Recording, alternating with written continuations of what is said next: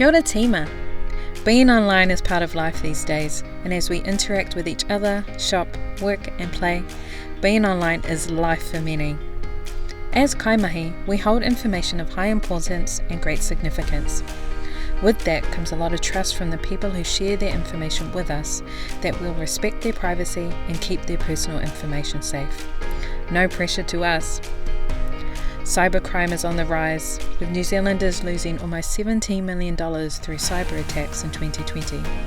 And not to mention Aotearoa's biggest ever cyber attack happening in 2021 through a phishing attack. Information is highly valuable. There's always a risk our systems may be accessed by people outside our organisation, and passwords, commercial information and information identifying whānau members being taken from us.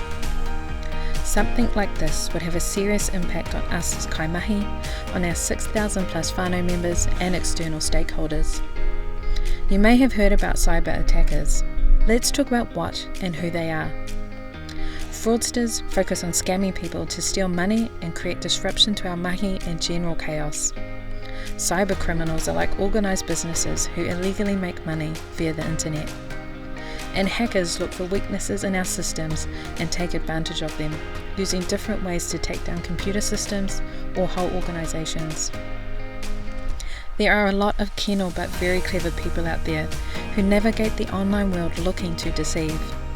Any sort of online criminal sees people as an easy target because we can be tricked into sharing information or giving access to our computer to a stranger through a convincing scam call, text or phishing email.